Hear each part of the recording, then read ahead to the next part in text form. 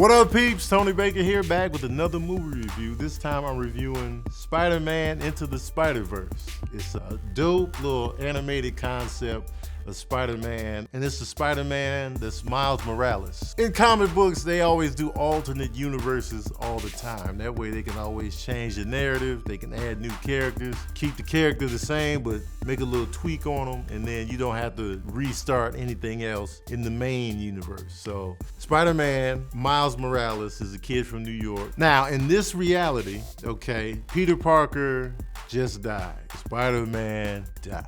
And so there's this kid from New York, Miles Morales, who gets bitten by a radioactive spider. Big surprise.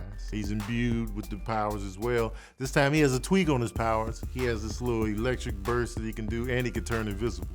Now, Miles Morales is a New York kid, you know what I'm saying? Black and Latino. He's just in New York, you know what I'm saying? Which is very New York. To have a biracial kid in New York City, that's very realistic. So Peter Parker dies, and then there's an interdimensional gate that's open, switches everything up. So now Peter Parker from a different dimension shows up in Miles's dimension. And so it's like the Peter Parker that let himself go. Him and Mary Jane split up, so he's just like, you know, he's gonna show him the ropes on being Spider-Man in his reality. But he's still gotta get Peter Parker back to his original reality. You get what I'm saying? It's kind of confusing, but it's not really. It's very easy to follow when you watch it, but then when you're sitting here and listening to me tell it, you're probably like, what? Not only that, there's other spider people from different dimensions that show up as well. So it's a whole bunch of spider people that show up and they're like, yo, we gotta get back. Because if they stay in Miles's, I don't know how you say Miles in plural form, if they stay in his dimension, they'll end up dying. So it's like, we gotta get you guys back. You know, that's the goal. And so that's pretty much what the movie's about. And it's also, you know, Miles coming to grip with, you know, I'm the Spider-Man out here. You know what I'm saying?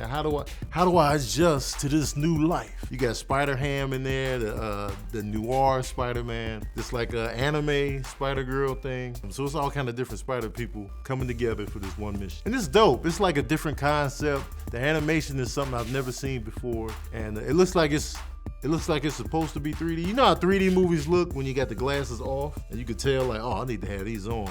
It kind of looks like that, except it's easier to see. And then when you watch it in 3D, it's pretty much dope too. And it feels very current, very fresh, very with the times. Miles is young, you know, smart kid, you know what I mean? And so all of that works. And then the original Peter Parker is coming to show him the ropes, and everything works. It's like, you know, you care about Spider-Man. Spider-Man is somebody that you always want to see done well. Okay, even the bad Spider-Man 3 that was horrible, everybody still wanted more Spider-Man. It's not like, man, just give up. Nobody ever said, just give up on Spider-Man. No, you be like, all right, let's try it again. You're always willing to try it again. And I think this animated step is very fresh and dope. And I'm glad they didn't send it just straight to DVD where a lot of people are overlooking. So it's a good time, man. It was a good time at the theater. It was funny. You cared about the characters. It was just dope to see.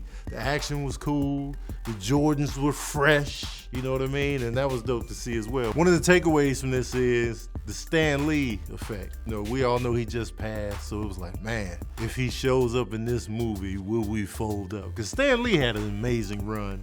95 years old, beloved. You know, just brought so much joy to so many people. So when you see him, it's like, oh, man, Stan Lee. And he's in this, so, you know, be ready for that. Another takeaway is, I don't always wondered, like, who's cleaning up the spider webs in the city? Spider-Man's been web slinging all throughout the city. Who's cleaning that up? What happens to the spider webs? Do they dissolve after a certain time? Because in real life, spiders are messy as hell, and I'm sick of them. They don't clean up shit. They make spider webs in your house, in your corner, on your ceilings, whatever, and they just leave them there. Like, package, when you get across, reel it back in, take it with you. You know what I'm saying? It's very selfish of spiders. And Spider-Man is just as selfish. Like, he's webbing up the whole city. I've never seen him cleaning it up. I've never seen that. I want to see him like, all right, sorry guys, pulling it off the wall. Because in real life, it'd be spider webs everywhere. We're like, man, Spider-Man saving the day, but Jesus, there's webs all over the place. I want answers on that front, man. And in real life, spiders, if you're watching my YouTube page, real spiders, clean your shit up, man. Sick of y'all out here just leaving the way. I'm walking through them every night in the summertime. No regard for nobody but yourselves and your meal. I'll tell you this, if I see a bug get trapped in your web, like right, I see it happen, I'm saving that bug just out of spite. Cause I'm like, you wrong for not cleaning up after yourself. And then when they leave the food behind, the disrespect of the food left. You don't even finish the carcass. You drink the insides, then you leave the whole carcass posted up in the kitchen, in the ceiling. Sick of y'all, man. Anyway, y'all want to know the smooth jazz review of Spider-Man Into the Spider-Verse? Well, here it is. Oh, yeah. I'm giving Spider-Man Into the Spider-Verse 4 saxophones out of 5. But the spider webs, though, man, for real.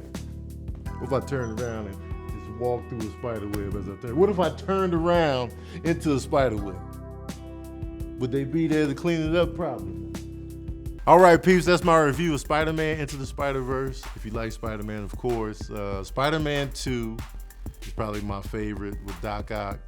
And also got to check out Spider-Man Homecoming. Those are the strongest Spider-Man movies in my opinion. And this one is definitely in the mix as the best of the best for Spider-Man. So check it out. Let me know what you think of Spider-Man Into the Spider-Verse in the comment section below. Let me know if you want to see it. Did you see it? Did you like it? How do you rank them amongst the other Spider-Man movies? Let me know in the comments section below. Don't forget to like, share, and subscribe. And as usual, we out here.